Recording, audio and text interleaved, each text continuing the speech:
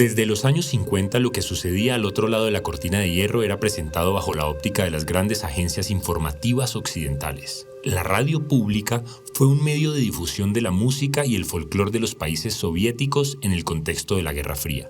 La televisión, por su parte, contó con emisiones informativas medidas por la prensa occidental.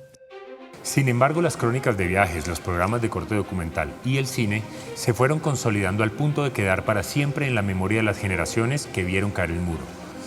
Una vez finalizada la Segunda Guerra Mundial, inició un largo periodo de 46 años en el que el mundo se encontró dividido ideológicamente. Para hablar sobre este fenómeno, hoy nos encontramos con Elsa Garzón, historiadora de Señal Memoria.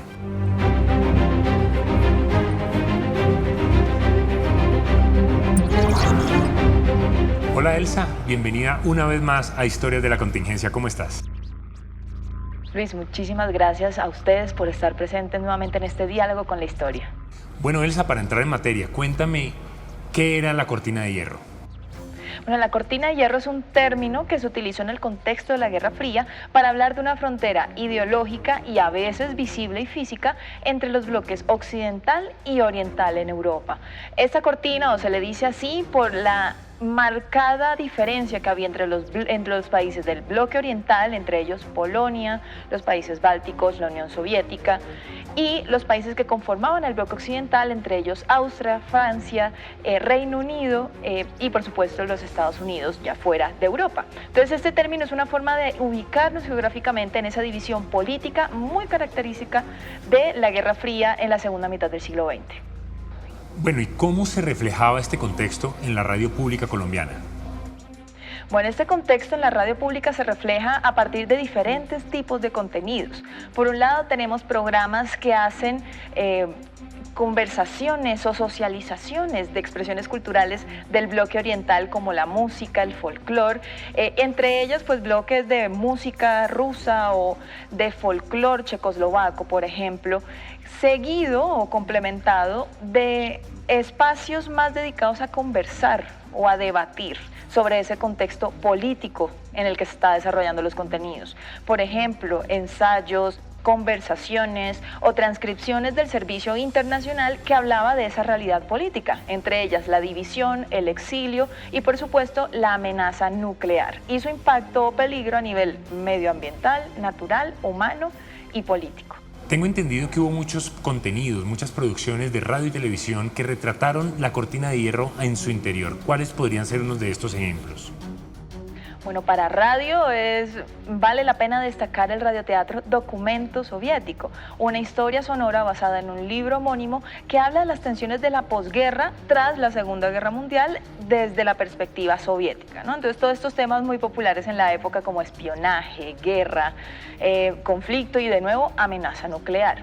Otro programa radial es Carta de Colombia, un magazine de la HJCK que si bien no está dedicado al tema político, sí incluye varios contenidos culturales y debates literarios y políticos sobre ese contexto de los países del bloque oriental. Y entre ellos, por supuesto, el Servicio Internacional de Agencias de Prensa como el Reuters o la agencia French Press o el Deutsche Welle.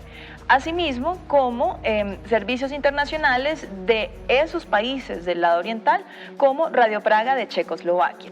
En televisión también contamos con noticieros como el TV Hoy, que de manera muy directa, ¿no? De manera muy noticiosa, registró muchos de los hitos propios de este ambiente político en el bloque oriental, como el inicio del decaimiento de la Unión Soviética, la apertura de la propia cortina de hierro, los problemas con el muro de Berlín, el exilio de personas o de nacionales de este bloque, entre otros temas. Finalmente quisiera que me cuentes cuál fue el impacto cultural y político que tuvieron estos programas en nuestro país.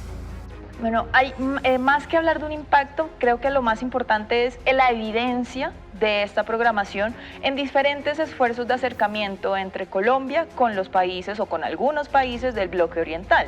Cuando yo hablo de acercamiento no me refiero necesariamente a un acercamiento ideológico o algo relacionado con la propaganda, pero sí una forma de aterrizar muchas de las expresiones folclóricas como la música, el baile de estos países orientales en nuestro contexto nacional.